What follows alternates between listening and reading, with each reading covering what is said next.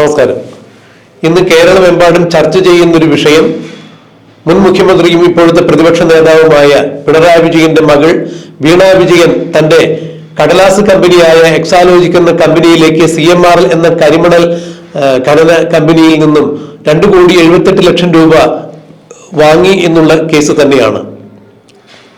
Serious food investigation ഓഫീസും EDയും അന്വേഷിക്കുന്ന ഈ കേസിൽ വീണ വിജയൻ CMRL നിന്ന് വാങ്ങിയ പണത്തിന് യാതൊരു തരത്തിലുള്ള സേവനങ്ങളും നൽകിയിട്ടില്ല എന്നാണ് 2024 ഏപ്രിൽ മെയ് മാസത്തിൽ EDക്ക് നൽകിയ മൊഴിയിൽ CMRLന്റെ CMD ആയ ശശിധരൻ കർത്ത മൊഴി നൽകിയിരിക്കുന്നത്. അതായത് വീണയുടെ എക്സാലോജിക് കമ്പനിയെ കുറിച്ചോ വീണയെ കുറിച്ചോ തനിക്ക് ഒന്നും തന്നെ അറിയില്ല. മുഖ്യമന്ത്രി പിണറായി വിജയന്റെ മകളാണ് വീണ എന്നുള്ളതാണ് തനിക്ക് അവരുമായുള്ള ഒരു പരിചയം.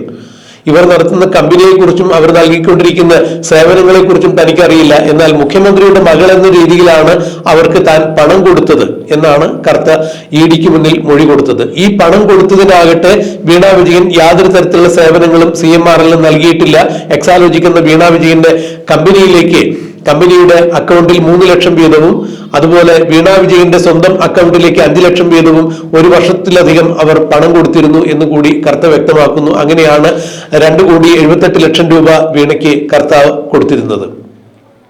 ഒരു സേവനവും നൽകാതെയാണ് വീണയ്ക്ക് പണം കൊടുത്തിരുന്നത് എന്ന് പറയുമ്പോൾ മുഖ്യമന്ത്രിയോടുള്ള പരിചയം കൊണ്ട് മാത്രമാണ് വീണയ്ക്ക് കമ്പനിയുടെ കരാർ കൊടുത്തതും അതുപോലെ തന്നെ പണം കൊടുത്തതും എന്ന് കർത്ത പറയുന്നു. കരാർ കൊടുത്തത് എന്ന് പറയുമ്പോൾ CMRL ആവശ്യമായ IT സേവനങ്ങൾ ലഭ്യമാക്കുന്നതിന് എക്സാലോജിക് എന്ന കമ്പനിക്ക് കരാർ കൊടുത്തത് എന്നാണ് കർത്ത വ്യക്തമാക്കിയത്.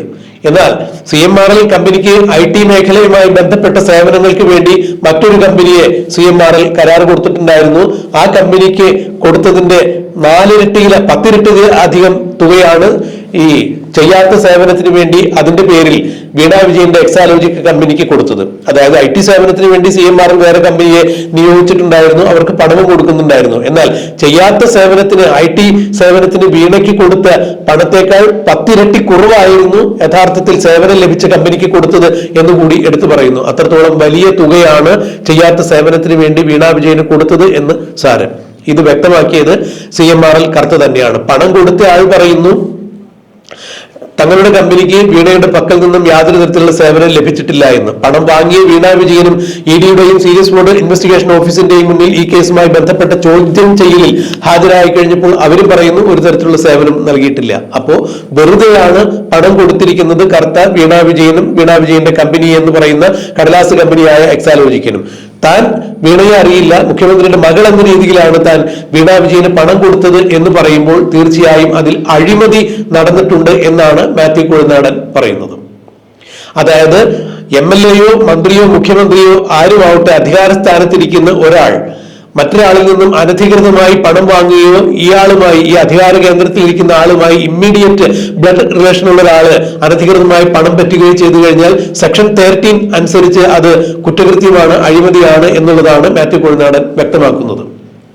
അങ്ങനെയെങ്കിൽ മുഖ്യമന്ത്രിയുടെ മകൾ വീണ വിജയൻ CMRL നിന്നും വെറുതെയാണ് പണം വാങ്ങിയിരിക്കുന്നത് എന്ന് കർത്ത പറയുമ്പോൾ, ഒരു സേവനവും നൽകാതെയാണ് കൊടുത്തിരിക്കുന്നത് പണം എന്ന് കർത്ത വ്യക്തമാക്കുമ്പോൾ, CMRL എന്ന കമ്പനിക്ക് തന്റെ ഭാഗത്തു നിന്നും യാതൊരു തരത്തിലുള്ള സേവനവും നൽകിയിട്ടില്ല എന്ന് വീണ പറയുകയും ആ സേവനങ്ങൾ നൽകി എന്ന് ഇടയ്ക്കൊക്കെ പറഞ്ഞപ്പോൾ അത് തെളിയിക്കുന്നതിനുള്ള രേഖകൾ കാണിക്കുവാനോ വീണയ്ക്ക് സാധിച്ചില്ല എന്നുള്ളത് തന്നെ വലിയ അഴിമതിയാണ് അവിടെ നടന്നിരിക്കുന്നത്. ചെയ്യാത്ത സേവനത്തിനാണ് CMRL വീണയ്ക്ക് പണം നൽകിയത്. ഇത് അച്ഛൻ മുഖ്യമന്ത്രി ആയതിന്റെ പേരിൽ ആ മുഖ്യമന്ത്രി കൈയാളിരുന്ന് പരിസ്ഥിതി വകുപ്പും പൊല്യൂഷൻ കൺട്രോൾ വകുപ്പും അതുപോലെ ഖനന വകുപ്പും എല്ലാം മുഖ്യമന്ത്രിയുടെ കീഴിലായിരുന്നു. ആ വകുപ്പിൻ കീഴിൽ നിന്നും CMRL എന്ന കമ്പനിക്ക് വഴിവിട്ട് കിട്ടിയ ചില സഹായങ്ങൾക്കുള്ള പാരിതോഷികമായി തന്നെയാണ് വീണയ്ക്ക് CMRL കർത്ത ഈ പണം നൽകിയത് എന്ന് തന്നെയാണ് നിയമവ്യാഖ്യാനത്തിൽ വരിക എന്ന് മാത്യു കുഴൽനാടൻ പറഞ്ഞു. അഭിഭാഷകൻ കൂടിയായ മാത്യു കുഴൽനാടൻ ഇത് തന്നെയാണ് മാധ്യമങ്ങളോട് വ്യക്തമാക്കിയത്.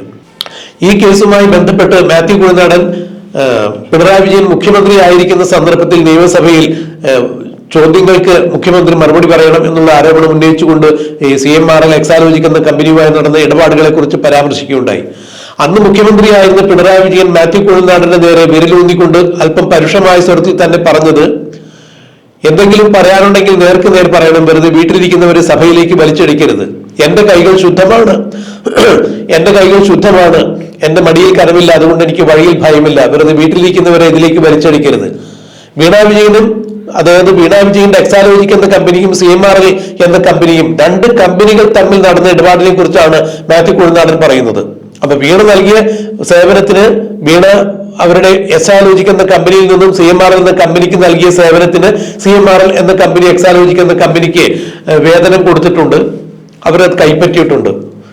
വീണാ വിജയൻ തന്റെ മകളായതിന്റെ പേരിൽ കമ്പനി തുടങ്ങാൻ പാടില്ലായൊന്നുമില്ലല്ലോ എന്നാണ് പിണറായി വിജയൻ പറഞ്ഞത്. തന്റെ മകൾ ഒരു കമ്പനി തുടങ്ങുന്നു, അത് തന്റെ ഭാര്യ സ്കൂൾ അധ്യാപികയായിരുന്നു. അപ്പൊ സ്കൂൾ അധ്യാപിക എന്ന രീതിയിൽ അവർ റിട്ടയർ ചെയ്തപ്പോൾ കിട്ടിയ നാമമാത്രമായ തുക ഉപയോഗിച്ചുകൊണ്ട് തന്നെയാണ് വീണാ വിജയൻ അത്തരത്തിലൊരു കമ്പനി തുടങ്ങിയത്. ആ കമ്പനിയുടെ കരാറാണ് പിന്നീട് CMRL നിന്നും കരാർ കിട്ടി ആ കമ്പനി മെല്ലെ മെല്ലെ പൊങ്ങി വരുന്നു, സാമ്പത്തികമായ നേട്ടമുണ്ടാക്കുന്നു. അതുകൊണ്ട് എന്താണ് തെറ്റ് എന്നാണ് പിണറായി വിജയൻ ചോദിച്ചത്. മുഖ്യമന്ത്രിയുടെ മകളായതിന്റെ പേരിൽ യാതൊരു തരത്തിലും ബിസിനസ് സംരംഭങ്ങൾ തുടങ്ങാൻ പാടില്ലായൊന്നുമില്ല. പക്ഷെ ഇവിടെ കൃത്യമായി സേവനം ചെയ്യാതെയാണ് വീണാ വിജയൻ പണം പറ്റിയിരിക്കുന്നത് എന്ന് പണം കൊടുത്ത ആളും പണം മേടിച്ച ആളും പറയുമ്പോൾ പിണറായി വിജയൻ എന്താണ് പറയാനുള്ളത്? കൈകൾ അത്ര കണ്ട് ശുദ്ധമല്ല, ഉയർത്തി കാണിച്ച കൈകളിൽ പാപത്തിന്റെ കറയുണ്ട്, അഴിമതിയുടെ കറയുണ്ട് എന്നുള്ളത് തന്നെയാണ് മാത്യു കുഴൽനാടൻ പറഞ്ഞു വെക്കുന്നത്. ഇത് CMRL കർത്തയുടെ ഒറ്റ മൊഴി മാത്രം കൊണ്ട് തന്നെ ഇത് സാധൂകരിക്കാൻ സാധിക്കും താനെന്ന് നിയമസഭയിൽ ഉയർത്തിയ എക്സാലോജിക്ക് CMRLുമായി ബന്ധപ്പെട്ട കേസിൽ അഴിമതി നടന്നിട്ടുണ്ട് എന്നുള്ളത് ഇതിൽ തെളിവ് വേണ്ട എന്നാണ് മാത്യു കുഴൽനാടൻ പറഞ്ഞത്. പിന്നീട് പിണറായി വിജയൻ അതിനെ ന്യായീകരിച്ചത് രണ്ട് കമ്പനികൾ തമ്മിൽ നടന്നിരിക്കുന്ന ഇടപാട് ആദായനികുതി വകുപ്പിന്റെ ഇന്ററീം സെറ്റിൽമെന്റ് ബോർഡിന്റെ റിപ്പോർട്ടിൽ പറഞ്ഞത് പ്രകാരം വീണ അതിന് GST അടച്ചിട്ടുണ്ട് എന്ന് പറയുന്നു. ഇവിടെയും വലിയ ദുരൂഹതയുണ്ട്. കാരണം ചെയ്യാത്തൊരു സേവനത്തിന് വേണ്ടി ആരെങ്കിലും പണം നൽകിയിട്ടുണ്ടെങ്കിൽ പിന്നെ ആ പണത്തിന് എങ്ങനെയാണ് GST അടയ്ക്കാൻ സാധിക്കുക എന്നുള്ള നിയമപരമായ ഒരു ചോദ്യം കൂടി അവിടെ വരുന്നുണ്ട്. അതിന് പിണറായി വിജയനും വീണാ വിജയനും ഉത്തരം നൽകേണ്ടത് തന്നെയാണ്. ഇനി മറ്റൊരു കാര്യം കൂടി എടുത്തു പറയുകയുണ്ടായി.